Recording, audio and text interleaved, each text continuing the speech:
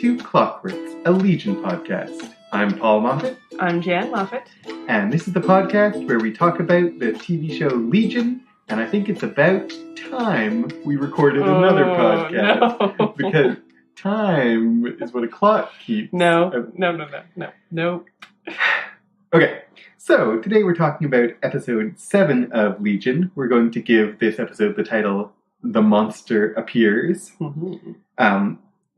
The Monster Appears, this episode was directed by Denny Gordon and written by Jennifer Yale. Denny Gordon has a long list of credits on IMDb, too many to mention.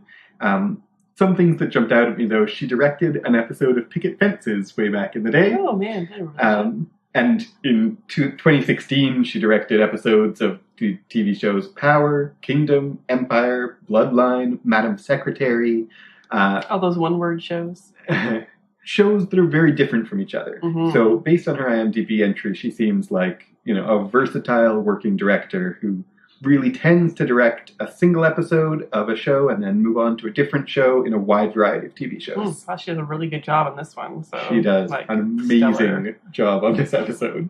The writer Jennifer Yale, she has a handful of writing credits. She tends to be the kind of writer based on her IMDb profile. She tends to be the kind of writer who'll be a staff writer and write a bunch of episodes for a show over a while. The credit that I recognize most is that she was a staff writer during season 8 of Dexter. Okay. Season 8 of Dexter, not the best episode of Dexter. So I think it's pretty fair to say that this episode is, we're seeing her better work in this episode than we saw on Dexter. The writing and the direction in this episode are both amazing. Yeah, they're fantastic. I really like this episode a lot. So, do you want to take us away through the beat by beat? All right, so we begin coming right off the end of the last episode and even overlapping the last episode. We begin in red-lighted Clockworks. Female Carrie is running from Walter and the now zombified other patients. The devil with the yellow eyes / Lenny interrogates Amy about David's arrival as a baby. We see where Carrie went when he entered the astral plane in the last episode, Oliver's cube. Oliver has been watching David and knows that the monster parasite is Amal Farouk, the Shadow King. They discuss rescuing him, but the king is too powerful. David is locked away in a tiny corner of his mind, and we see David screaming outside the cube. Carrie says the halo he made should stop the Shadow King. Carrie retrieves Sid and takes her to the space where Lenny can't hear them. Carrie tries to tell her about the illusion, but Sid is very aware of what's going on. Carrie gives her a pair of glasses to show her what's real and what's not, and her job is to distract. She exits the booth to the chaos at Clockworks, but when she puts on the glasses, all is calm, and in black and white. David is in his mind coffin, screaming and banging the lid. In the real world, Melanie encounters Carrie in a diver suit and Oliver in David's bedroom, which is still frozen in time at the moment of the shooting. Carrie finds the halo device in his hand, and Melanie goes upstairs to find a stabbed Rudy. She whispers something in his ear, and we then see that catatonic Rudy is at Clockworks. Sid runs around Clockworks, finding Rudy and saving Carrie by putting the glasses on her. We see Lenny in her office, and David screaming in his coffin underground. All right. There's a lot there to talk about. Yeah. Just first to mention, Walter is whistling here, and we talked about before whether Kissinger was Walter back in Division 3 a few episodes ago. His whistling is not the same song as Walter's whistling. Walter's whistling an actual tune, whereas Kissinger was just kind of whistling half-heartedly. Yeah. So, Kissinger was whistling. I went back and checked that also. Kissinger is just, whistling nonchalantly. Yeah. I'm not saying that Kissinger wasn't Walter, because I still think that's an interesting theory, but they're not whistling the same thing. So if they are the same, if the whistling is a clue, it's not a beat you over the head clue. Yeah, exactly. The song Walter is whistling, we'll talk about at the end of the show, but it does have it is a song. It's a song called Froggy Went a Courtin'. Oh, yes, I know that song. We'll talk about what that might mean at the end of the show, because I have thoughts. I would note, the thing that jumps out at me about the beginning of this episode is that it's very horror movie. Yes. Like, we talked about this in the episode The Undiscovered, when they're walking around in David's childhood home, it's very slasher movie. Yeah. And here again, we have the same thing, and we have a mix of kind of two kinds of horror movies on top of each other. Because when we have Walter walking down a hallway, Carrie's running, and Walter is walking after her. Like, that is such a horror movie trope. Mm-hmm. And then also, from Carrie's perspective, she's like you said it in your recap, the patients are zombies. Yeah, they're exactly like zombies. I think, like, from any way of reading it, they're indistinguishable from zombies. Yeah. Like, her experience is indistinguishable from the experience of someone in a zombie movie. Yeah, exactly. Right? So, again, I mean... I think we get all kinds of horror throughout this episode. It's a very horror-filled episode of Legion. Agreed. And then, as she's running through the hallways, you notice that the astral plane version of the facility of Clockworks is, like, falling apart. And this is a difference. You said that this is going right from the last episode. But the set here, or the setting, the halls that Carrie is running through, there's sparks and there's things on the walls falling down. Yeah, last episode, it was just Clockworks. Like, there was one wall that had a stain on it that bled when Sid touched it. But other than that, it was just Clockworks as it was back in Happy Jack. But now, this facility is falling to pieces. Yeah, it is. Is that because... I think Lenny's losing control. Is she losing control, or is she losing interest? Yeah, maybe a little of both. Yeah. Now that she's locked David away. We said at the very end of the last episode, we had that she's like, I don't want to maintain this illusion anymore. I'm going to lock you away in your brain. And so I'm surprised that the illusion is still being maintained at all, really. Yeah. And in a big sense, it isn't, right? Or it's a different illusion. It's a different illusion. And that maybe has a lot to do with why the beginning of this movie is so horror movie. It's partly because scary things are happening, but it's partly because what Lenny has decided to do now is outright terrorize these people. Yes. And so they are now living in a horror movie. Right, yeah. By the way, all through this episode, I think, we'll talk about the Shadow King / Lenny / the Devil with Yellow Eyes / Farouk.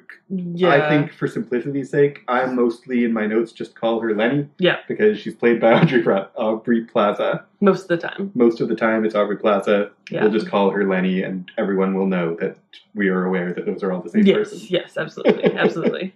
The scene with Lenny and Amy in that weird globe and map room. Yes. There's all these globes all over, which, by the way, is my dream room because I love globes. Your dream room is to be terrorized by the Devil with Yellow Eyes. I'll make a note. Definitely not. Definitely remember that. Just a side note that I love globes. But there's this big map glowing map on the wall, and there's globes, and is this kind of like Professor X's big cerebro? That's the word. Cerebro thing? Is Lenny seeing all the different Clockworks people? What is that room? She reacts to something on the map as if it's telling her something about, she says at the end of the scene, she says one of the animals is out of its cage, and that's how she knows, apparently, that male Carrie isn't where he should be. Yeah. So it does seem like the maps are somehow giving her, updates on the people. Although when I look at the map, I can't see anything blinking that told her that information. No. But I agree that it's not just a big map. It's not just a big screen that, is keeping her up to date on what's happening in Clockworks. There's globes everywhere. There's maps everywhere. And maybe there's more to it than this, but I wonder if one of the things that is just she is searching for something. And so there's a lot of visual imagery of how do you locate something with a map. Mm-hmm. She's not actually searching for something on Earth, but she is searching for something. And she keeps saying to Amy, what did he do with it? Where is it? Where is it? What did he do with it? And what? Exactly. Do we know at all I don't think we know at all what Lenny is referring to here. I don't think we do. Because I assume the he in that question is not David, but Professor X. So do I. And so he's gotten to the point where he thinks, I've locked David away and I can focus on what I went in David to do in the first place, which was this battle with Professor X. Yeah. And so I'm hoping that in the next episode we'll see what that is. I absolutely agree. I think that what is the point all along from the Shadow King's perspective. So we get this image of Amy's childhood and David arriving as a baby and the little flash of the X wheelchair, which is so cool. And if you like blink and you'll miss it, but those of us who are fans definitely saw that little flash of the X wheelchair. I think you cheered when we saw watching this episode originally. May have. Mm-hmm. Yep. And Lenny says, yeah, that's him. Yeah. So, I mean, in case there's any doubt remaining, Professor X is David's biological father who left him with Amy's family. Yeah. And that X wheelchair is our last, confirmation. Yeah. And if you knew from outside the show, you already knew this. And that was one of the things we both knew before we even came into the show. But this is, I think, the first in-show confirmation of that. Yeah, absolutely. Yeah. So Carrie and Oliver are in Oliver's cube, and his cube is way different. Is it? Yeah. It's smaller. It's lighted. Like the one where David was in it, it was very blue and kind of almost like curtains, and this one is very much more like an ice cube.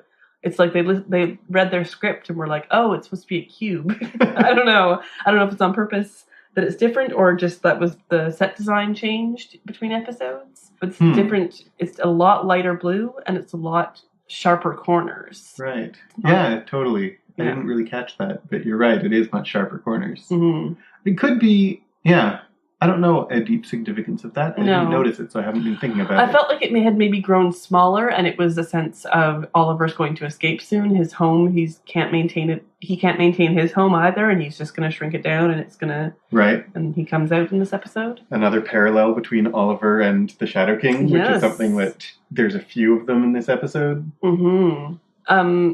He says about David, his memory is... And he can't find the word, and he says, dishes? And does that mean his memory is broken, or he's remembering the dishes scene in the kitchen? What did you think of that? I think that the first and most obvious thing is just it's hilarious. Yes, absolutely. Using a noun instead of an adjective, like we could tear apart where the humor comes from.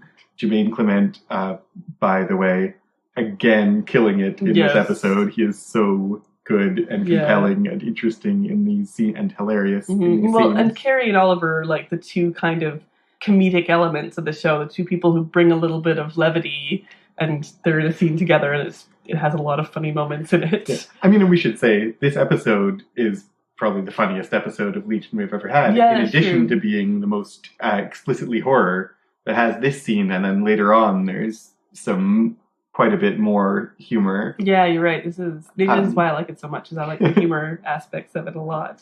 But yeah, so I didn't think of dishes as a reference to the kitchen scene, but that makes a lot of sense to me. Yeah. It's like he has been watching David. Yes. It seems clear whether he was watching David at the time or whether he's just been able to look in his memory. It seems clear that he knows everything about David that we know and more. Yes. Right? And so he has seen that dishes scene. I feel comfortable saying that he's seen that dishes scene. Mm-hmm. So. I also really like the way he just out with like, oh, the monster, I know exactly who the monster is. It's Amal Farouk, it's the Shadow King, and Carrie is like, oh, that makes sense. King, the dog.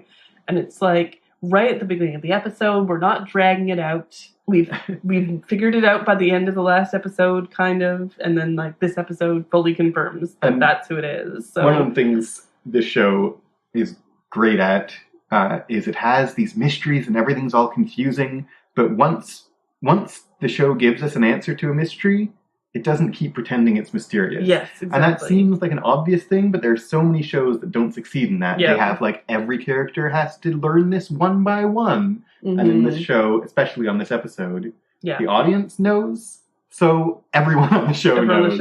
Everyone's catching up. Everyone's as quick as we are. Everyone is putting the pieces together just right away, because there's nothing more tedious than watching someone slowly discover what we already know. Exactly. And the show gets high praise from me for skipping that enormous sinkhole that so many shows fall down. Yes, absolutely. I was just going to say, back to just the comedy in this scene, that I totally agree with Oliver. Daylight Savings Time is boring. Yeah, right. She does say that. And Carrie always finishing Oliver's sentences for him and Oliver getting annoyed because he's so used to talking to someone in his own head. And so it's great. That was a great moment of Oliver finishing. I said a second ago that Jermaine Clement is killing it, but Bill Irwin also, like their interaction, this entire scene of their interaction is so entertaining and so good, and the actors have great chemistry and great comedic chemistry, and they're timing together. Love it. Yeah, only good things to say about both of their performances. And it has something to do with like what we were saying about mysteries being solved. Oliver has been the voice of exposition before, and I say again, in terms of things that this show does really well that many shows would fumble, that he's giving us exposition in this scene. Basically, this is Oliver giving exposition to the audience. Absolutely. And yet it's so entertaining and so compelling and so zippy. Yes. Like he moves right past it. That's true. It's great. I think it's a great exposition scene. He thinks that Melanie is Chinese and then Japanese, which is hilarious and bizarre. But also, there's the woodcutter and the crane story that's a Japanese folktale. So what's with Oliver and like, does he secretly... Clearly he had an affair with that at some point. Yeah. When he says, like, I have an intimate memory of a... Never mind, it's not important. Yeah, okay, like, that's a good point. Yeah, I guess that is kind of obvious. Yeah. I do like that. I do like when they talk about it and then they move on and he's like, rescue them. I said it right after the Chinese wife debate, which I am not completely resolved on. I don't believe you. It's everything we've seen before. Man. And there's a lot of comedy, but there's also a real degree of pathos in there too. Yes. Just as in our first introduction to Oliver, he's so awkward because he has had literally no one to talk to for 20 years. Yes. Right? And later, and then them being when they're in the real world, they're not real, but they're in the real world. Yes. Oliver being there and Melanie seeing him for the first time and he doesn't remember her and she is so heartbroken at that. Yes. And she doesn't tell him her name. No. And I wonder, does he know? I think he knows by the end of the episode, but I don't know. I don't think he knows in this moment. Or he's just making jokes to cover that he knows. I think he's making jokes to cover that he doesn't know. Yeah. I think he's both Oliver and Jermaine Clement are extremely charming. Mm-hmm. Yeah. But Oliver is using that charm to cover up his, he's insecure and he doesn't know what's going on. Yeah. I think. Here we see what happened at the end of the last episode, but we see it from Carrie's perspective. Mm-hmm. So we mentioned this in the last episode that suddenly Carrie's in the diver's suit and he's waking Sid up and we don't know what's going on. And we got that gap filled in this episode very nicely. And we see, you mentioned this in the last episode, but it was kind of subtle in the last episode. And it's very clear now that Sid is in David's childhood bedroom. Yes. Well, so Sid being brought into this little glass booth thing with Carrie, it's so great that she's just, I know exactly what's going on. Yes. She's not a dummy. She knows, she's been paying attention. She knows what's going on. She's like, yeah, okay, let's just get to the plan here. Yeah. When Carrie's trying to explain things to her, it's great. I love smart people. I love to see smart people. I love that we don't have to have Carrie explain things at all. She's just like, yeah, I'm in it. I'm here. Just give me the plan. And this is, again, what I said, what we liked so much a second ago about the exposition scene. They're doing it again, even better. This is an episode where everyone is smart, figuring stuff out. I love how on top of things Sid is. Yes, absolutely. I also love, while we're talking about things of this scene, the visual of this scene of just endless white space with a red pod in the middle of it. Mm-hmm. It just looks phenomenal. It looks really cool. Just in terms of the visual, it looks so good. Mm-hmm. And it symbolizes, right, they're in an isolated space. They're not in Oliver's space or the Shadow King's space. They're somewhere else. Yes. So it's symbolic, but it also is just a beautiful, compelling image. Mm-hmm. Talking about Sid being really on top of things, though, comes back to something we talked about in the last episode, which is, how is she so on top of things? She remembers what happened before they got into the illusion space. She says, if I remember correctly, we were being shot at. She was having dreams about that. Right. In the last episode, she was dreaming about the gun being shot. And I just think she's been in David's mind before. She's been in this astral plane space before when they had the quiet room. So she recognizes it when she sees it. Okay. And she's not distracted, and she wants to figure things out. And so she has. I can buy that. She's not distracted. And Lenny doesn't care to keep them in this illusion anymore. Like, I don't think Carrie fighting off these Walter and these zombie patients thinks she's the other Carrie in a mental institution anymore. Right. I think she thinks she's proper Carrie. No, that makes sense. And Walter thinks he's proper Walter. Maybe. Cool. Yeah, that makes sense. Mm. Definitely the illusion is not what it used to be. No. And that brings me to, though, the illusion and the levels of illusion.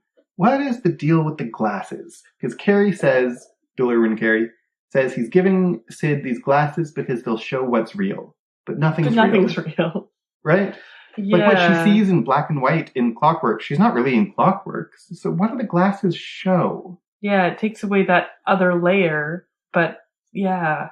This is a question that I had about the Clockworks illusion to begin with, though, is we talked about it a lot off mic. I don't remember how much we talked about it on mic, but I was curious the first time I watched the last episode who is real and who is not, because some of the staff of Clockworks are, automaton figments controlled by Lenny, and some of them, like Amy, are actual psyches who have been trapped in this place and are doing their own thing, right? Well, not some of them, just Amy.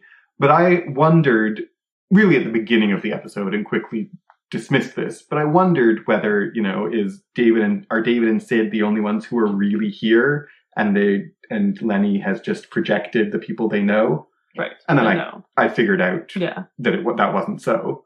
But maybe that's the sense of, like, it shows what's real. The only people that you'll see are real people. Who are trapped here. Who are trapped in this place. And it's a representation of a not real place, but they're really there. And so all the zombie things don't exist because they aren't individual minds who really exist. Mm-hmm.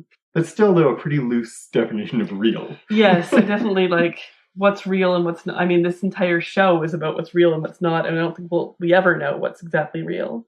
And Carrie sends Sid back in and says, like, one of the last things he says to her is, maintain the illusion. But it seems like Lenny's not really trying to maintain the illusion anymore. Clockworks is in chaos, so what exactly is Sid trying to maintain?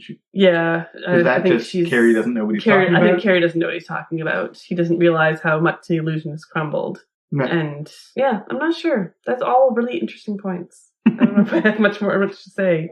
Is it real?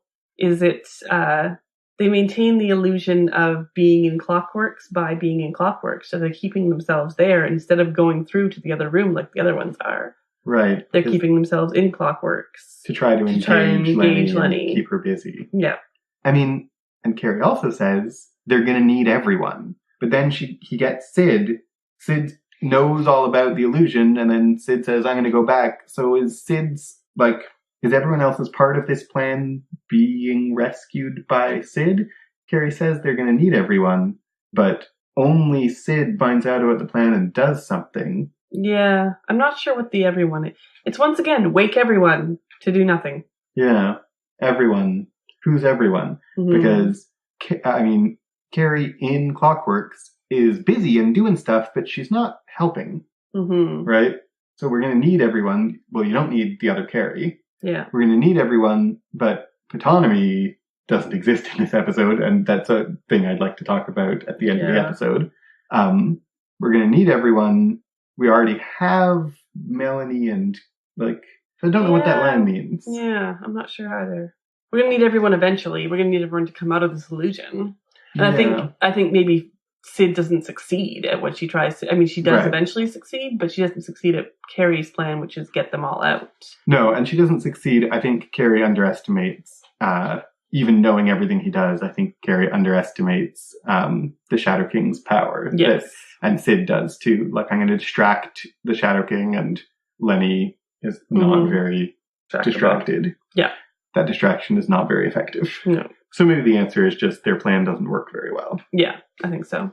Here's a question. When they're in the room So Melanie and Oliver and Carrie are in the room. They're not literally in the room, as you said. They're mentally projected. Yes.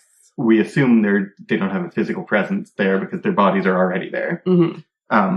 They can manipulate things physically, but we'll hand wave that as its mutant powers. Yeah. Oliver's maybe? I don't know whose. But this is just like a factual question I have too. What's the nature of the frozen time?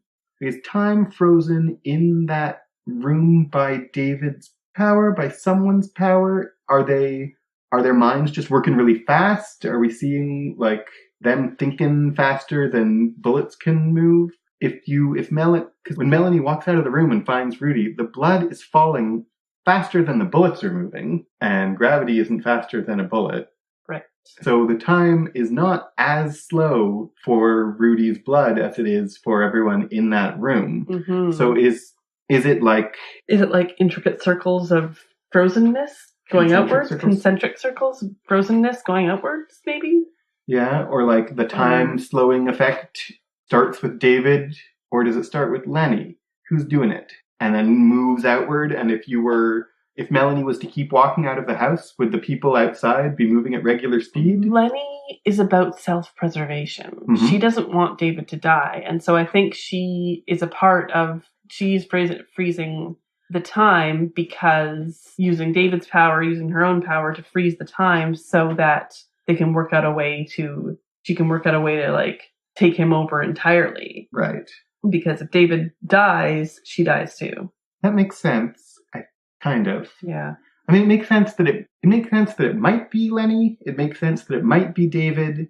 Those seem to me like the only options, right? It's not anything but one of those two things. It's hard to separate the two at this point. Good point. It is. They've been together since birth, and so hard to, In the episode where they freeze time initially, it's Sid who says, David to the quiet room, and David seals it, but then Lenny creates the Clockworks. Right. And when Sid says you're right, Sid says David, White Room now.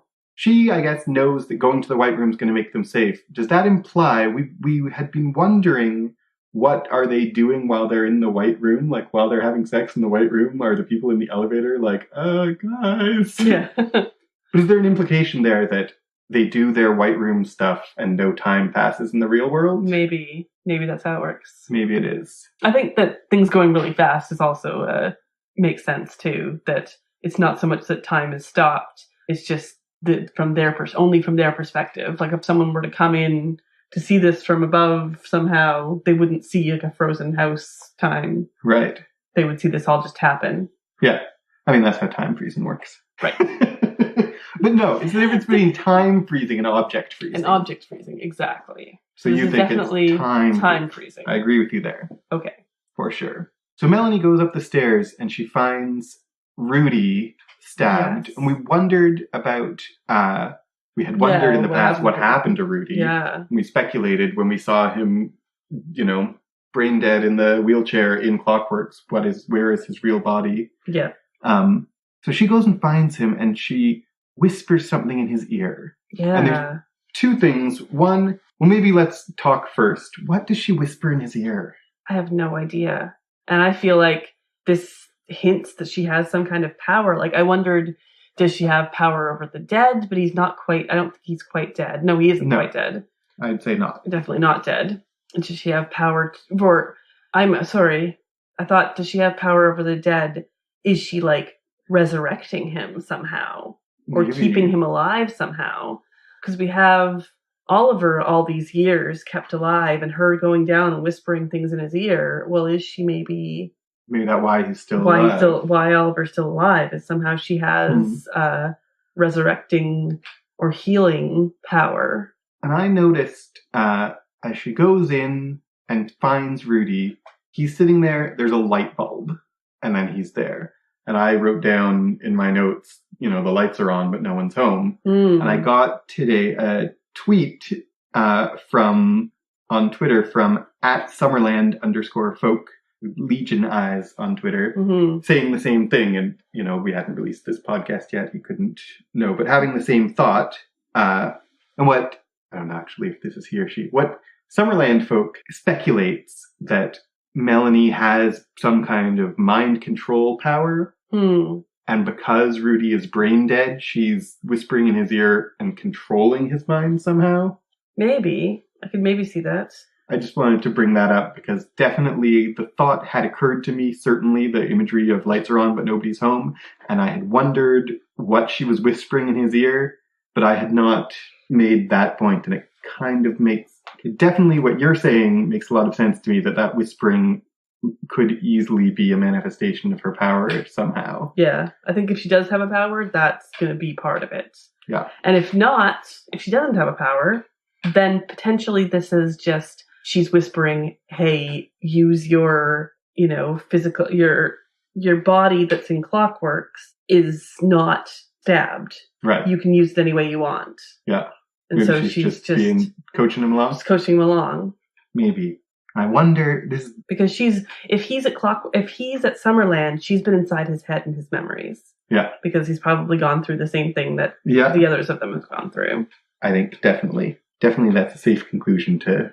So now we have David in his trapped coffin talking to himself. Suddenly, British David appears, saying that he's his rational mind. He tells David to envision a classroom with blackboards. David draws on the blackboards, the chalk drawings come to life, working out the story of his life so far. David's biological father was a mutant who fought the monster. He was given to his parents, but the monster was there, and that's what made him sick. It poisoned him his whole life, feeding on him. He recognizes that he has control, and he pushes outward, breaking the coffin. I'm so in love with this scene. I'm so in love with this whole sequence of him and British him and like Dan Stevens. Yeah, I was gonna say like this is Dan Stevens cameoing as himself. Yeah, exactly. Doing his actual accent and then making fun of himself doing. Oh, it was so good. Oh, and the chalk drawings are really well done. I wish we knew who animated that. That'd be a whole more than one person. Yeah, but I would imagine that there was an animator and a team with them. Kudos to that animator whose name we don't know yet, but we'll probably look up after this because those are really good. I'm with you on this is an amazing scene, and maybe let's take another moment to squee about like everything about this scene is so good. Yes. Him talking to himself, British Dan Stevens as British Dan Stevens, their conversation, like this is when at the beginning of our episode when I talked about humor, like this is the other really funny scene in this episode, and Dan Stevens having like great comic timing with himself. Yeah.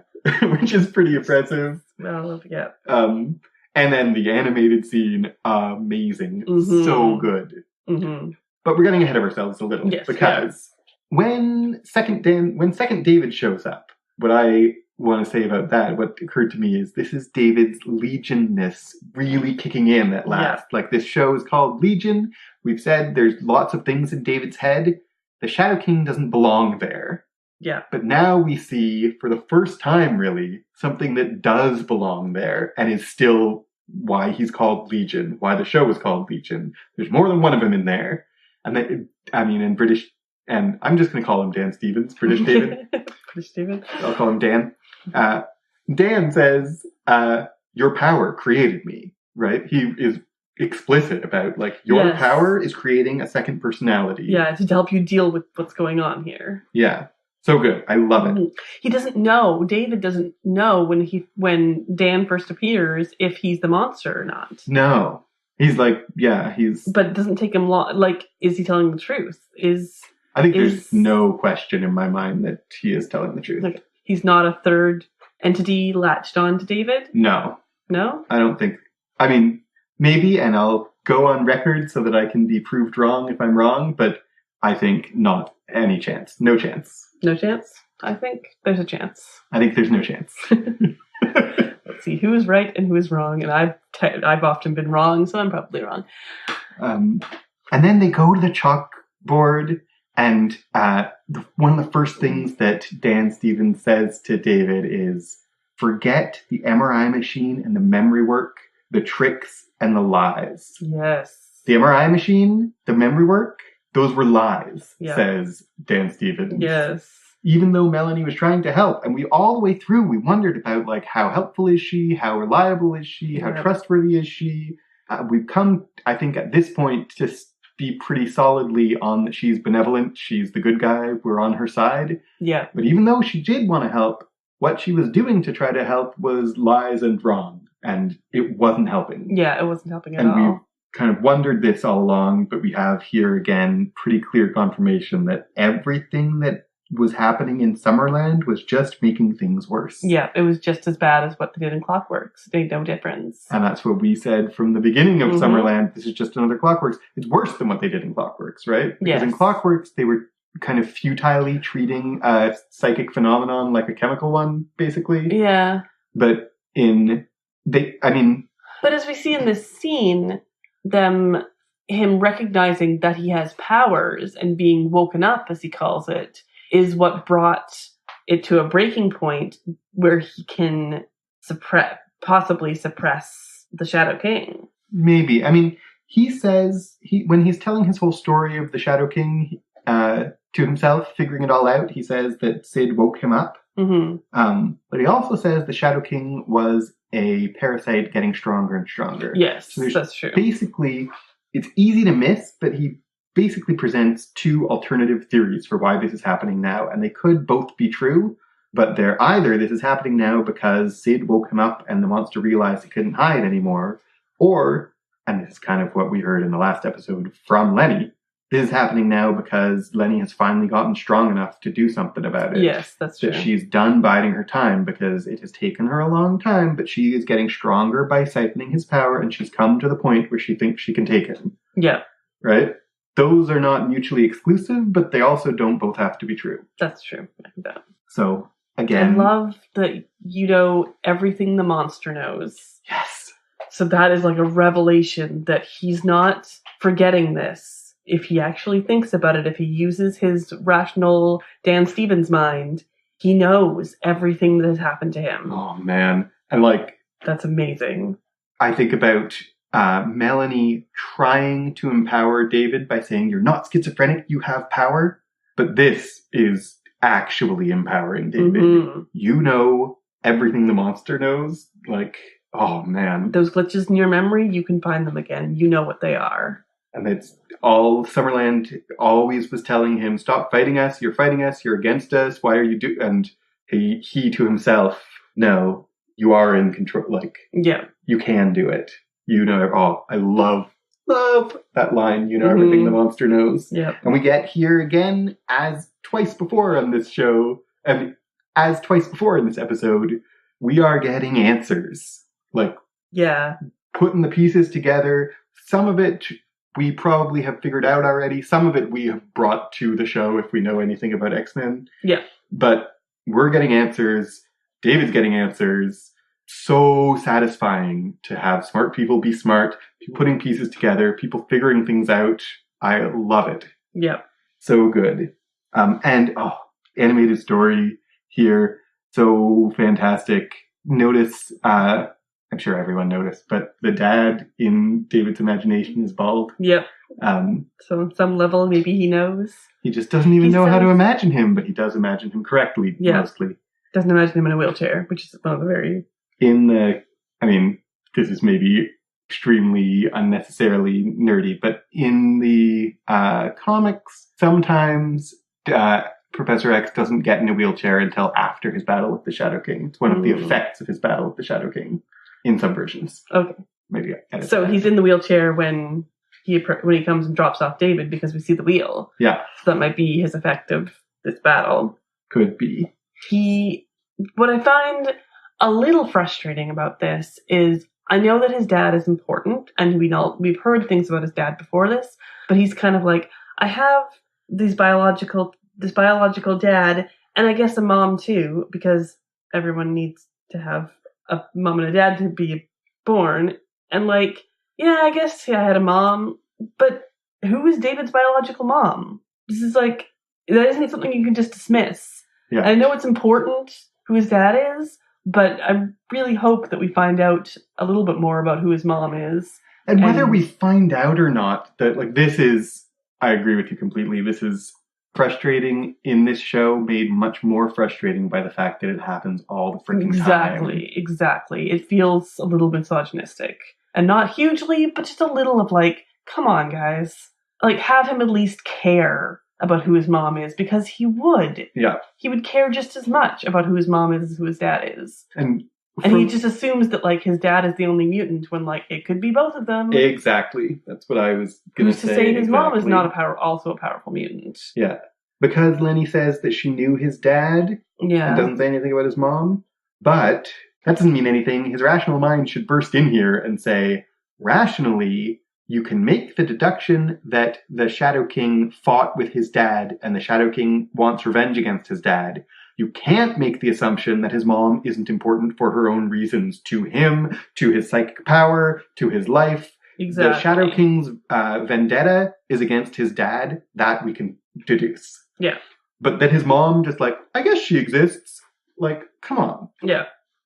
Neither he nor the show cares about his mom even the tiniest bit. Yeah. I would hope your frustration. Yeah, I hope they do in the future. And I hope, and I wonder, my wonder is that if she died in childbirth would make sense, would be frustrating a little bit because that's kind of fridging her. But that would make sense given what's happened. But because why did they give him up? Yeah. And that is, he questions that and gets sad and then says the cute little line of, I'm pretty, I am loved. Aww. And that's a great line. But what did happen? How would Professor X convince David's mother to give him up if he had reasons that were like Shadow King reasons? Yeah. And it is, I think this is the kind of thing, this episode we get so many answers, and the sequence we get so many answers, and we get so many answers that it's easy not to notice the answers we don't get. Yes. I think this is one of the things that the rational mind doesn't give an answer to. It says, not important, move on to what we know. Yeah. But what's not important, we don't actually get a good reason for why Professor X gave David up. Yeah. There's some vague, like, to protect him, but that doesn't really make sense. No. And the rational mind says, I think correctly for this situation, that's not important. Skip to what matters, which is the situation we're in now and how to deal with it. Mm-hmm. So that's not of immediate importance to David's situation, but it's important to us watching the show. Why did Professor X give David up in this scenario, and how could he possibly have done it without the mother's objections? I totally think it makes sense that his mother is dead. I hadn't thought of that, but here's my new thought. Here's my new theory. Our whole thing about, like, did David kill his mom because of the Angriest Boy book? Mm-hmm. Did David kill his biological mom, not in an actual, like, killing her, but in a childbirth kind of way? Right. Or even in the Shadow King killed his mom at his birth. Right. Or, yeah. Because if the Shadow King killed his mom at his birth, then that is still feels like him, because the Shadow King has been in him all along. And it kind of would make sense maybe if the Shadow King either killed his mom or possessed his mom and killed her. Yeah. That's why Professor X would try to hide David away. In fact, if the Shadow King possessed his mom and killed her, then the Shadow King living in David's mind, the conflation of them all the way would make sense to be like the Angriest Boy killed his mother. Yep. Right? Yeah. I like that theory. Something along those lines is what I think happened. I don't have it solid, but what you've just said is compelling. Mm-hmm. I wonder what's going to happen. I don't know. This is the first time we've recorded an episode where we haven't actually seen the episode after it. So this is a brand new territory. We do not know what's going to happen. We don't have to be cagey about any spoilers. Yep. The little thing that I noticed when in the chalk drawing, when he's with Sid, he draws a little them in a boat together, and there's a rainbow. Yeah. And after we heard him sing the Rainbow Connection, and the music that played about her was "She's a Rainbow." Oh yeah, She Comes in Colors. She Comes in Colors. The actual title of the song is "She's Like a Rainbow." Right. I called it "She Comes in Colors" all through our episode, but why are there so many songs about rainbows? Okay, there's also a part where he says that the parasite, the Shadow King, came and it was like a haunted house. He possessed me, and that is like Amy saying, "I grew up in a haunted house." Right. So she saw that aspect. Yeah, the same words even. Yep, same words. That's very true. She thinks the house is haunted, but it turns out it was David that was haunted. Yeah. Yeah. Anything more about this one? Just the best thing is Dan Stevens doing an American accent, doing a British accent, and him in his real accent making fun of it for it. It almost sounds like he's doing like a British Patrick Stewart impression. Like, yes, sweetheart, I'm Patrick Stewart. Stewart, I can't do it. Sweetheart, it's over. I won, and it's like exactly him trying to be Patrick Stewart, which is very awesome. Like, is that a British accent? But he's British. Oh man, the best. I love that kind of thing. Yep, makes me feel happy. Okay. Move on. All right. So, in a black and white Clockworks, Sid, Carrie, and Rudy walk the halls, while in the real world, Carrie and Melanie try to move David and Sid. Oliver begins to play music with his hands, making letters appear in the air, eventually spelling out the word shield. As the music plays, the world becomes a silent film, and we get a series of scenes. David emerges from his coffin and walks through his memories, coming through the same doors over and over. Walter attacks Carrie, while Sid tries to help. Lenny arrives in the hallway and shines a light on them, and then uses her power to crumple and kill Walter. Lenny catches on that they're trying to distract her, and enters the real world to hit Oliver, ending the music. David explodes Division 3. Carrie finally sets the halo on David, and Rudy awakes and jumps Lenny from behind as she is sucked down the hall. Then they all wake. Time unfreezes in David's room. The bullets fire, but David catches them. They all look shocked, but David lifts his hands and transports them all. So, if I loved the cartoon, if I loved the chalkboard animation, the German expressionist silent film, my mind is melting melting with the trippiness of this, but even more, just amazing. This is so good. And the chalkboard film, like, I have nothing bad to say about it, but we've seen that kind of thing before. Like, it's the animated story of the Deathly Hallows and Harry Potter. It's, when you're telling a story about something that happened in the past, do it as a cartoon. That's a thing that happens. They do it very well, but it's a thing that happens. Yeah. When your confrontation with the villain of your show happens with silent black and white and title cards, that is not a thing that happens. Yeah. Like, this is amazing. Uncharted territory, it feels like. Uncharted is so good. We'll get back to that. I just had to say that a little bit. Geek out a little bit about that. Now I have to back up a little bit and say a few things. Apart from the black and white silent movie aspect of it, when Sid puts on the glasses and looks at Clockworks, what's real is in black and white, right? Yeah. What does it mean that the illusion is color and what's real is black and white? I mean, the obvious answer is it's real in black and white, right? Yep. Like, that's... you're seeing the distinction between this and this. There's no gray. There's lots of gray. But it's the saying, there it is in black and white. The black and white truth. The hard and fast truth. Even though it is an illusion and it still isn't hard and fast truth. Yes. But putting it all in black and white is a way of saying, like, this is real. And taking out all the weird colors that we've had all along is interesting, too. And the colors all along have been, emotional markers and thematic markers, and they connect things thematically, and taking all that out and flattening it down. And one of the reasons that, one of the things that German expressionist film did was make the shadows really extreme, is exactly what you said about no gray, like extreme lighting, things backlit, heavy, sharp shadows, because you don't have any gray, because things are here or they're not, and they're like unnatural, but also emotionally evocative shadowing. Yeah. And we totally get that in this sequence. Yeah. I also wonder, before I even wonder, I have to say, I can't get through this episode without stopping to say how amazing it is. This is, I think, my favorite episode yet. So many elements of it. When Oliver starts conducting music, and the music appears, and letters appear in the air, and so many things. I love it. Having said that, what is literally happening? Like, do Melanie and Carrie see the letters? Is that what they are seeing?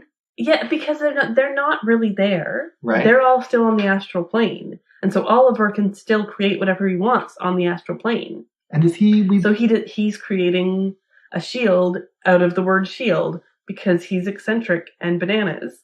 And he, and do they hear, is that music soundtrack, or is it what Harry and Melanie are hearing at that moment? Because I'm pretty comfortable saying it's what Oliver is hearing. Is he making music appear as far as they can see? And they're in their astral projections, but they're not in the astral plane. They're in the real world now. And we've talked about whether Oliver has telekinesis, and we kind of thought he probably didn't. But if he can use a mental projection to create a mental wall that's going to stop real, literal bullets from passing, what is Oliver's powers exactly?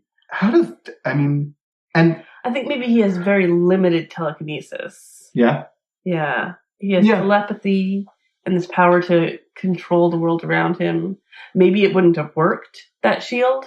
We have no confirmation that it actually would have worked. I don't know, it seems pretty, I suppose not, but it seems pretty, he seems pretty confident in the way that it's shot and the way that we frame it all doesn't give me any reason to doubt that it is going to be successful. I think what's literally happening is he's manipulating the astral plane and using a mental power to come in between them and that doesn't make any sense.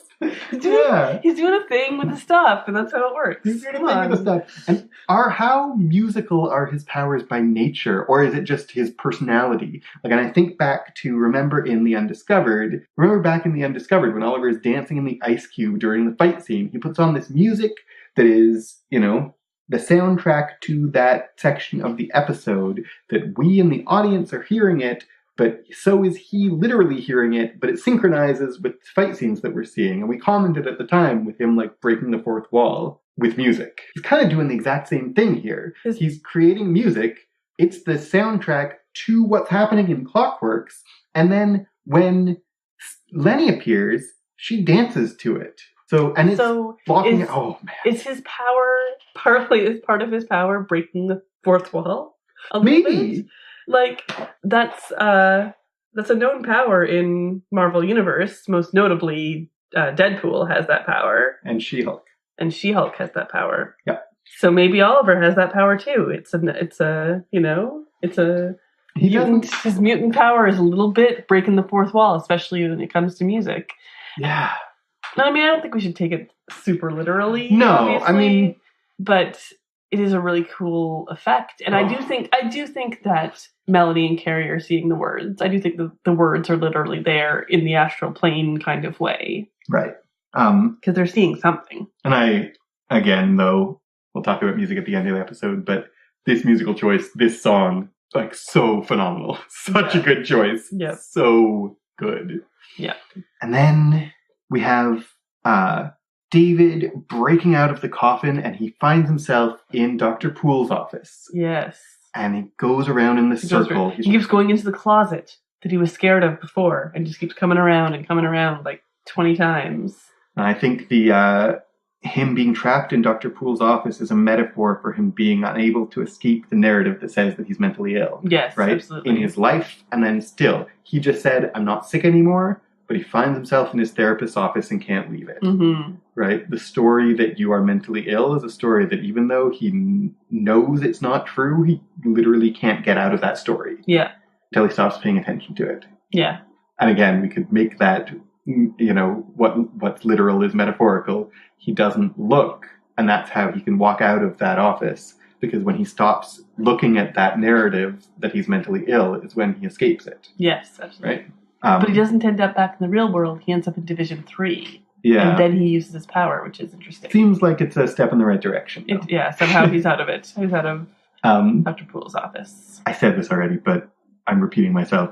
I cannot overstate how much I love the silent movie black and white title cards. Mm-hmm. We are, sometimes in this show, we're sort of realism. And we've talked before about, is it surreal, or is it just what's literally happening in the world seems surreal because it's so weird? But we're giving up on any approach at realism or representationalism here with the title cards showing up. Yeah, exactly. And love it. And then Lenny shows up, and she is exactly in the genre of this movie. Yeah. She's a silent movie character when she shows up. Absolutely. And she's always been kind of old school movie. This is going back even further into silent movie. And her outfit is all like Beetlejuice-like, and her hair's all up in a crazy brand new hairstyle this time. More hairstyles for Lenny. About her outfit, you say she looks like Beetlejuice. I feel like she looks like Edward Scissorhands. Both hair and outfit. It's very Tim Burton-esque. And if she looks like Edward Scissorhands, that is not a coincidence. That is because Edward Scissorhands actually looks like the somnambulist from The Cabinet of Dr. Cagliari. Now, somnambulist just means sleepwalker, but that's what he's called in the title cards of the movie, is the somnambulist. The Cabinet of Dr. Cagliari is a German expressionist silent film from, I don't know when, very early, the 30s. And it's, it is the early 30s, it would be pre-war, pre-Second World War. It is one of the examples. If you're talking about, what are you talking about? German expressionist film. The Cabinet of Dr. Cagliari. That's the big example. Tim Burton based the look of Edward Scissorhands on the bad guy from that movie. Lenny clearly is also based on that bad guy. And I think the connection to Edward Scissorhands is also on purpose. But she's a silent movie actor. She's a silent movie villain. And then her grin throughout this scene, I think, is a reference to another silent movie villain, which is The Man Who Laughs, which is another enormous. If you know two German expressionist movies, you know Dr. Cagliari and The Man Who Laughs. The Man Who Laughs, the villain has this great big phony smile all the time, and that character was the inspiration for the Joker. Oh, no way. So the big smile on The Man Who Laughs is why Joker smiles and looks the way he does. And now, this is Marvel, not DC, but now we have Lenny smiling like the Joker, a comic book villain, smiling like a comic book villain who's based on a German expressionist film when she's in the style of a German expressionist film. It's this big Everything is full circle. Oh my goodness. Lots of circles. Love the circles. Oh my goodness. It is amazing. I'm going to put a link in the show notes to both The Cabinet of Dr. Cagliari and The Man Who Laughs. Yeah. And you can, watch them if you want to, or at least take a look at those characters and how much they look like Lenny in this scene. Yeah, absolutely. I noticed her light, when she shines her light, it says HMS Ambush on the side of it. So it's like a ship light, and then it has ambush on it because she's ambushing them. I didn't look anything up about that. I didn't notice that till you pointed it out to me, but you pointed it out to me before we started recording this. I looked into it a little bit, and I can't find any evidence that the HMS Ambush is an actual boat of any kind, right? No, I'd say not. But it is a ship's light, and she's ambushing them. Yep. Yeah. Just a little tiny, detail that you wouldn't even notice if you didn't pause like I do. Exactly. The props on this show, the props department are... All the departments, everything. They all work so well together is the amazing thing about this. So good. So we have silence again. Yes. The Shadow King, or Lenny, whatever, loves silence.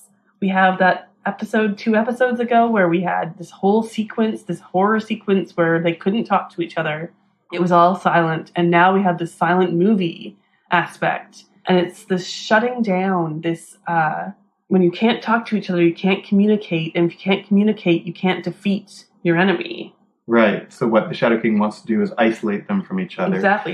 And she's literally isolated David by putting him in this tiny corner of his mind. And I think she wants to do that to all of them, to make them all not be able to communicate with each other. And in the last episode where she created silence, she says to Amy, right, this isn't a talking place, it's a listening place. Yes. And then here, she shows up and she says, you rise when the king appears. She likes silence because she doesn't want to hear what anyone else has to say. Yes, that's very true. Represents a lot of arrogance. The arrogance and the solipsism, and what she said in the last episode about the only person who matters is God.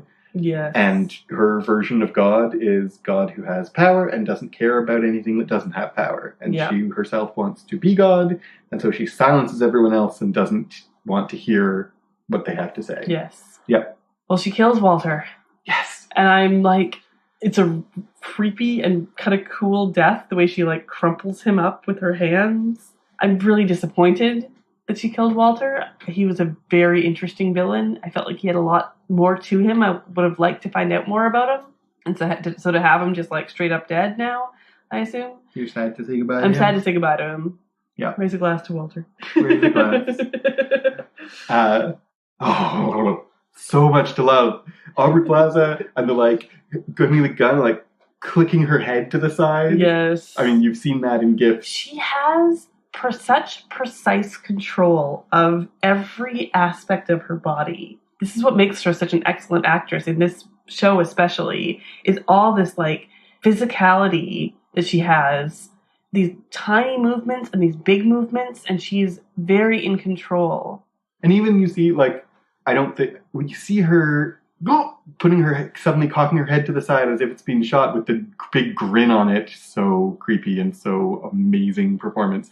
And then Sid and Carrie both cock their heads to the side, and they do it in unison, but neither one of them does it quite as well as Aubrey Plaza does. True. I think we can hand wave that and say that that's because she's doing it on purpose and they're not. So even for their characters, it makes sense that they don't do it as sharply and distinctly. But man, she is unreal. She's amazing in this sequence. Yeah.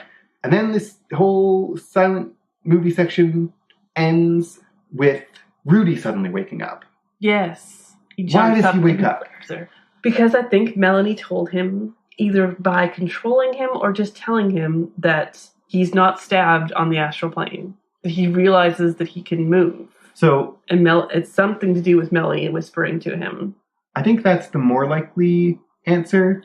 The alternative answer that I thought was Walter took his place. Walter stabbed him and took his place, but Walter took his place. Oh, is Walter able, is it a part of Walter's taking people's faces powers that he's able to mentally suppress them? So he's the one that's actually been holding Rudy back. It wasn't the stab wound making Rudy a drooling moron in Clockworks. It was Walter. It was Walter being in his body. Being in his body or taking over or whatever. Right. That makes sense. And then when Walter dies, suddenly Rudy blinks awake because whatever is suppressing him isn't there anymore. You're right. I didn't even think of that. Oh, I feel dumb. Well, I don't know. I actually think I went into this thinking that was what it was, but we talked about Melanie's. I think it's probably a combination of both. I think it's too much to say that Melanie's whisper was irrelevant. Yes, it was definitely relevant to this. So, yeah. So I don't know exactly what causes Rudy to act, but I think it's one of those two things, and I think actually Melanie is the better answer, but the Walter is another answer that I thought. Yeah. Yes. It's a great moment for him, too, for him to actually get to act rather than just to sit there in the wheelchair the entire time. Yes, it is. To overcome. And then David catches bullets. Yeah. Oh, I like the sequence where it feels like he's been shot, and then no, he has the bullets in his hand. It's kind of a, just to play with your audience's heartstrings a little bit there. I guess. But it's just part of his telekinesis. He can catch bullets. He can do anything. It's frightening how powerful he is. And we've kind of been told that all along, and here we're once again really seeing it. Yeah. Because the last, until now, the biggest display of David's power we've seen has actually been Sid and David's body removing all the doors and killing Lenny.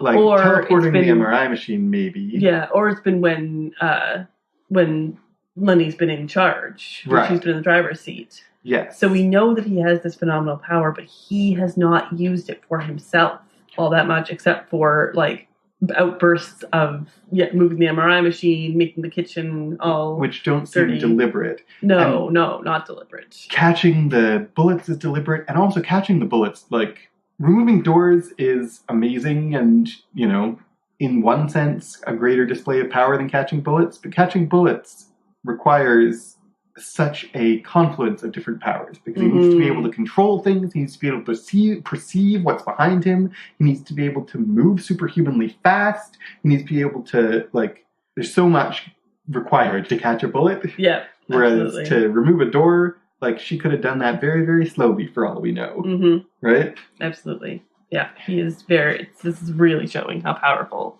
David is. It is. And then the next thing he does, which is extremely powerful, which is teleport them all. Yes. And we come to the team walking through the forest towards Summerland, Rudy in a stretcher. David attempts to take off the halo, but Carrie shouts at him to not take it off. Oliver is back in the world and serves them breakfast, but he doesn't remember Melanie. Carrie tries to merge with that female Carrie, but she is extremely upset that he left her. David and Amy go for a walk and talk, and David suddenly sees a flash of the angriest boy, and Carrie says he has to take him to the lab. As they're walking there, suddenly commandos emerge, and the interrogator from the very first episode reappears with a burnt face and a wonky eye. We have so much to talk about, he says, and then you can kill the others. But before the episode ends, deep in David's mind, Lenny is trapped in the box screaming, and as she punches, a crack in the wood appears, and then we cut to credits. So first, as they're walking through the woods back to Summerland, Carrie says, back me up here. We have to get back to the lab. Back me up here, Melanie. And Melanie is gone because she has run ahead to find the diver to see whether Oliver is okay. And once again, as we've seen through this show, all Melanie cares about is Oliver. All she cares about. When the chips are down, that is who she cares about. Yeah. The only thing she cares about. Yeah. And she isn't even pretending to care about the rest of them. Yeah, absolutely. I had a little question about them coming through to Summerland. He teleported them all, but he teleported them 100 feet away. He didn't teleport them to, Rudy's in a stretcher. Rudy's been stabbed. Get him to help immediately. Instead, they're, walking through the forest with him. So how far did he teleport them? Yeah, I feel like this is a moment where what they wanted to film affected what they decided happened. Yes, exactly. Yeah. And I mean, it's fair enough that his power is a little limited. He doesn't have infinite power. And he's not very experienced in it yet. Yes, and so he doesn't want to aim for a building or whatever. So that makes sense too. It just kind of irked me that hello, Rudy needs medical attention right now. How about you teleport him to a friggin' hospital? So we have Oliver making breakfast. Does he recognize Melanie? You said he didn't recognize Melanie. I don't know. I feel like it's not clear. Certainly we don't get confirmation that he does recognize her. Yes. Maybe he does recognize her. They exchange a lot of looks, and he serves her breakfast, and he gives her a flower, but he doesn't have any affection for her. No. And maybe he never did. Yeah. Maybe this is why he went to the astral plane to begin with. He's this charming guy, but we don't know what their relationship was before he did this. Melanie seems to have blown it up to be this fantastic love story, and she's so hopelessly dedicated to him, but he doesn't seem to care about her, and maybe that's not just because he forgot. Maybe he was a not very nice guy before. Or at least it does seem plausible, if very, very sad, that she could mistake his charm for affection for her particularly. Yeah. Well, they were married, so there was something, but yeah. Yeah, I wonder, he seems like kind of a philanderer. And you're right that they exchange a lot of looks, but if he remembered that she was his wife, we would see more than this. Yes, he's exactly. Oh, hello. Yeah. So, and then what's up with Carrie and Carrie? Do we have anything man. to say other than just the sadness of that? Well, things are not okay between them, but I think this is maybe what we're going to see more with Carrie, female Carrie, is when Sid talked to her several episodes ago about their joining and well, what's your role? And she was like, I do the fighting, I do the other stuff. And she doesn't know who she is. Yeah. She's a 16-year-old or a 20-year-old or whatever who I don't know what my identity is. And Carrie left her. Yeah. He went off to the astral plane and he left her. And she had to fight for herself, and she's really upset at him for this. But she doesn't want to rejoin with him. And maybe she wants to spend a little time growing up and learning who she is outside of Carrie. Yeah. And there's all through this entire series, there's been metaphors of growing, and not even metaphors, themes of growing. Yeah. And this is Carrie growing. Growing is painful. Yes. Yeah. I feel so bad for Bill Irwin Carrie and how upset he is and how he's desperate. Like, he's desperate in the woods. Like, can we do the thing? Can we come back together? I've missed you. Yeah. I need you inside my body. In like a, sweet, not in a creepy way, but in like a, they're... Yeah. He wants to rejoin with her, and she's very resistant, and I don't know when they're going to rejoin again. And you can really see, we saw it all, we saw so much of it from his perspective that you can see where, from his perspective, it's not like there was a moment where he could have gone back and gotten her. Yes, exactly. But from her perspective, she's abandoned and afraid, and he's not there for her. Yeah, he's just completely gone in the middle of the night. After telling her, knock on the wall if you need me, and she knocked and he wasn't there. Yeah. And he was never there after that for a very long time. Yeah. Poor Carrie. We're both Carries. Yeah. Why can't Amy use the coffee machine? Is it because Oliver is back?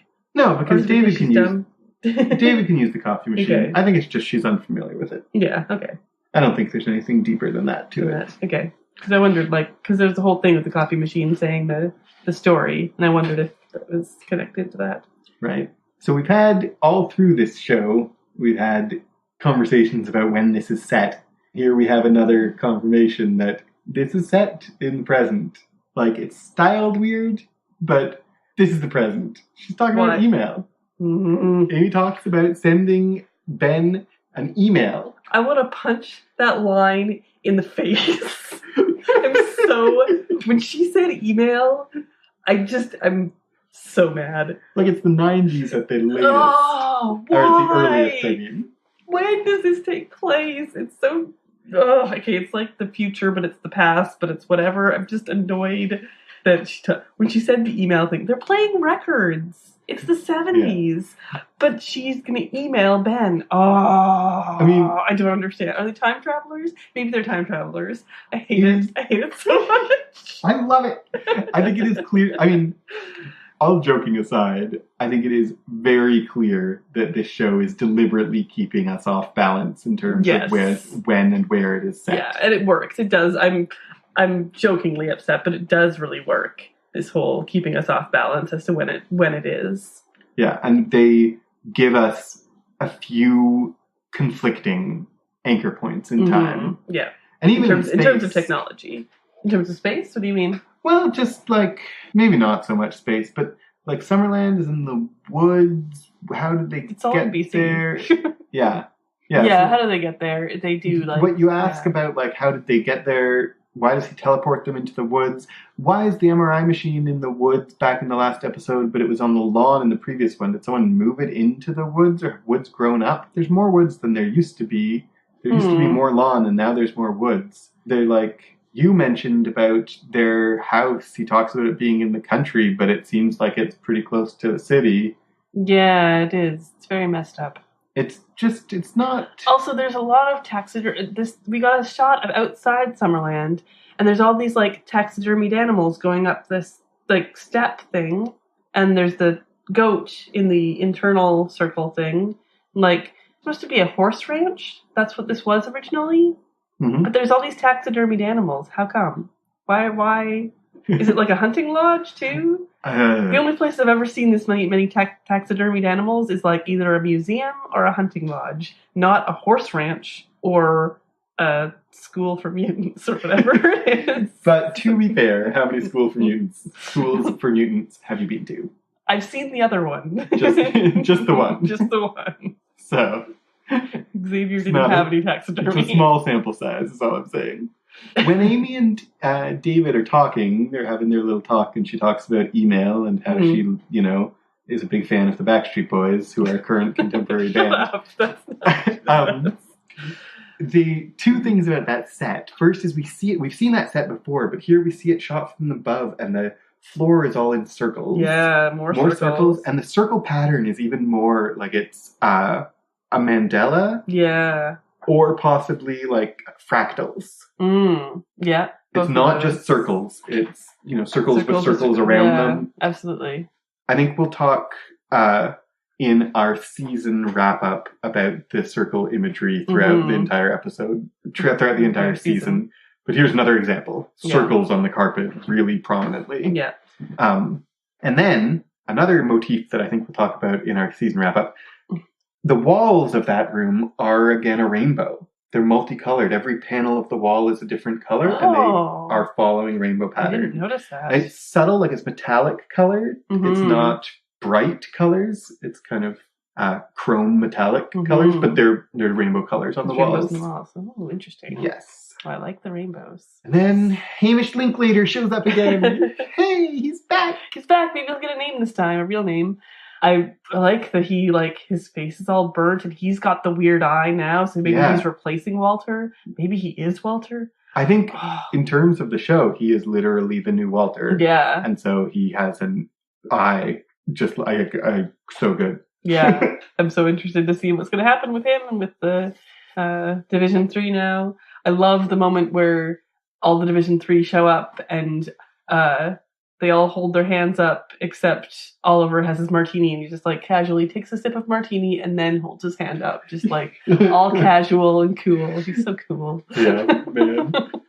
Do you want to talk about Patanomy? Yeah. What? He does nothing in this episode. I feel like he wasn't even in it. He is in it, slightly. Does he have a line? I don't know. I don't think he does. Yeah. I was really disappointed. I've been really liking Patanomy. Yeah. I mean, what would he have done? I'm not sure. But where was he? Was he stuck in his childhood memory that whole time? Because in the last episode, we saw him in his childhood memory, and we saw adult him in his childhood memory, and then we never came back to that or did anything with that. Nothing. Yeah, I agree. I feel like there's something missing here. Maybe we'll flash back to what he was doing throughout this episode in the next episode. Maybe. I don't really think so, but maybe. Yeah. Yeah. I'm always sad not to have Patanomy. Yeah, and I mean, you can't do everything. You can't focus on every single character, but he felt like he was a very integral part of the team. Certainly more of a part of the team than Rudy was. He's barely in the show at all. Yeah. And so to have Patanomy so sidelined in this. And now Rudy is the one who... Sacrificed himself? I Yeah. mean, you couldn't have... I was about to say, why couldn't you have Patanomy be the one that jumps on Lenny's back at the end? But I don't want Patanomy to sacrifice himself because I want him to be back. Yeah, exactly. Yeah. And in this episode, in terms of wrap-up thoughts of this whole episode, we're going into this is the penultimate episode. In the classroom with the blackboards, I said we get so many answers that we almost don't notice the answers we don't get. And that's an aspect of this episode as a whole. So many loose ends seem to get wrapped up. We almost don't notice the ones that don't. Mm-hmm. We could almost believe, the Shadow King's defeated. She's done. Yeah. Is she gonna come back? Is Hamish Linklater and Division 3 a red herring as the antagonist of the next episode? Is it still gonna be Lenny? Or is Lenny dealt with and Division 3 The thing cracks at the end. That is a clue. Yeah. That thing cracks. So there's gonna be definitely more with Lenny. Yes, I agree. Yeah. And is this, we'll talk about this in the next episode, but in terms of the season, is the Shadow King going to be defeated in the next episode? And is that going to be the end of the Shadow King? I kind of hope not, because I want Aubrey Plaza to be here forever. Yeah, exactly. Yeah, it's a lot of questions going into the finale, and going into the rest of the show. We have the question of what is the Shadow King looking for at the beginning? Yeah. Where is it, he says? And what is that? What is the it of that? We don't know. We still, at this coming into the finale episode, we don't know what the stars said. Don't know what the stars said! You feel like you've gotten all the answers, but we did not ever find out what the stars said. We don't know why Professor X gave up David, really. Mm-hmm. So there's quite a few big questions that we have not answered, and most of which we haven't even addressed. Yeah, absolutely. So we've addressed in the sense that they brought them back up so that we know that they haven't forgotten them. Mm-hmm. Yeah. One little thought about this episode. Are there too many meaningless fake outs in this episode? David is shot in the back, but he catches it. Oliver is dead in the diver suit, but no, he's in the breakfast room. Yeah, definitely two. Is too many? Too many by two. Yeah, I don't know. I guess they are a little bit of a fake outs, and I don't always love. But on the other hand, we do get the answers immediately. Yes, exactly. They're not like the fake out, like you don't have, you think David is shot and it cuts to the next episode. That would have been not good writing. Yeah, I agreed. Okay. Yeah. Do you want to talk about clothing? Yeah, there's not a ton to talk about in clothing for this episode. Sid is back in her black instead of her orange. Right. Most of the people are wearing the same thing they wore the last episode, so it's not much change. Lenny's outfit, as we discussed, is very Beetlejuicy and very like this put together suit with this crazy hair. Looks like what was the word? Somnambulist? The somnambulist. Somnambulist. Devil with the Yellow Eyes, the, monster version, got a little bit better dressed. There was one shot before he turned into Lenny where he was wearing a tie. So often he wears these kind of rags coming off of him. But he's starting to really mix more with Lenny. And with the angriest boy in the world. That too, who wears a tie. So it's all they're all really conflating now into one thing. Yeah, for sure. David was back in his shirt with the yellow triangle during his escape, which kind of shows that Lenny is still inside of him and still will be inside of him. And I think we'll maybe see something different when Lenny is no longer inside of David. Right. But that's, not much about clothing this time was kind of not really a highlight. Okay. So what about the music? So the music, I mentioned some of it as we went through the episode, but Walter, when he's hunting Carrie in the hallways of Clockworks, what he's whistling is Froggy Went A-Courting. Now, there's two aspects of that, and I think they're both significant. One is, both aspects of it are just like in the last episode, his reference to Little Red Riding Hood. Little Red Riding Hood was a creepy reference, and Froggy Went A-Courting is a creepy reference because on its surface, it's a children's song, it's a folk song, it's innocent and folky and children's song. There's nothing creepier than a villain slowly whistling a children's tune. No, it would be cliche if he was doing Pop Goes the Weasel. Yes. But he's doing Froggy Went A-Courting, But then, additionally, just like with Little Red Riding Hood, Froggy Went A-Courting has a... sexual undertone. Undertone. Yeah. So he's not a frog. There's a line that says he's not a frog, he's a horny toad. It's very explicit. Yeah. So Froggy Went A-Courting has sexual undertone, and then he's whistling what on the surface is childish and innocent, but actually has all this sexual undertones while he's chasing down Carrie because he's very scary and creepy. The music Oliver conducts is Bolero, Ravel's Bolero. I have so much to say about this song, and I'm not going to say it all now. It's such a great choice for this scene. And I'll just say Bolero as a song, it's a brilliant piece of music, but it's a 13 to 17 minute song, depending on how fast you play it, that starts in double piano and ends in fortissimo. Starts with everyone playing as quiet as they can, and it just keeps building and building until everyone's playing as loud as they can. And we don't really get that effect in this show. Quite as much. But it is, because of that, a song that is full of tension. It's full of, building towards something. It's, frankly, a super sexy song because it's about, slowly moving towards a climax. Yep. And it gets often used on TV and movies as the score either to a sneaking spy section or a sex scene or one leading into the other. And it's great in this scene for all that because the tension is building, something dramatic is happening, and then when Lenny comes and bashes Oliver against the wall and prevents him from finishing the shield, she cuts off the song, and not to be too crude about it, but we don't get our climax. Yes. Right? This is a song that leads us to expect a climax that we don't get. So that's happening. This isn't music, but this is something I've talked about in the past in this music section, which is Oliver's back to beat poetry. And the poem that he says is again Allen Ginsberg. The poem is Sunflower Sutra. It's all out of order. All the things that he says 3 lines from the poem, and they're all completely garbled in order. Which makes sense because he's completely garbled in his own head. Exactly. So he's quoting snippets of poetry. He says, where was I? And what he says is not where he was. Yeah. What he says after where was I is way back at the beginning. He starts off this quote by saying, "I preach my sermon to my soul and Jack's soul too." Jack in the poem is Jack Kerouac. Of course, yeah. And the poem is about, Allen Ginsberg's poems are often about seeing desolation. America isn't what it used to be and it's falling apart and there's, everything is ruined. But this poem has a hopeful ending that is not typical of Ginsberg. So it's a really appropriate poem for him to be saying at this moment when he says, "Son, you were never a locomotive sunflower, you were a sunflower." There's a contrast in the poem between locomotives that are machinery, that are always about go, go, go, go, go.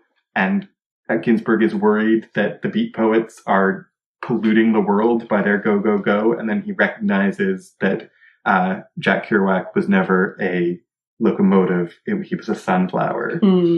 And so Oliver has this hope, and the show has this hope in this moment. And the plot of the show is not go, go, go anymore. It's pausing for a second. Yeah. And we're having this rest like a sunflower. Yeah. And then the final credits is a song called "The Art of Fear" by a band called The Grassy Knoll. I was not familiar with either this song or this band before now, but they're pretty good. Pretty good, yeah. Funky and excellent, actually. And I think it's very appropriate for Lenny is breaking out of the coffin, and the song is "The Art of Fear." Do you fear me now? Do you feel me now? Do you fear me now? Icebreaker, and she's breaking through. Oh, yeah. That makes sense. Cool. There you go. Sounds good. I went into this episode thinking that it would be short because I didn't think I had much more to say other than, so good, this is so good. We have so many things to say. We always have so many things to say. So, if you have so many things to say, you can get in touch with us on Twitter at ClockworksCast. You can send us an email at clockworkscast@gmail.com.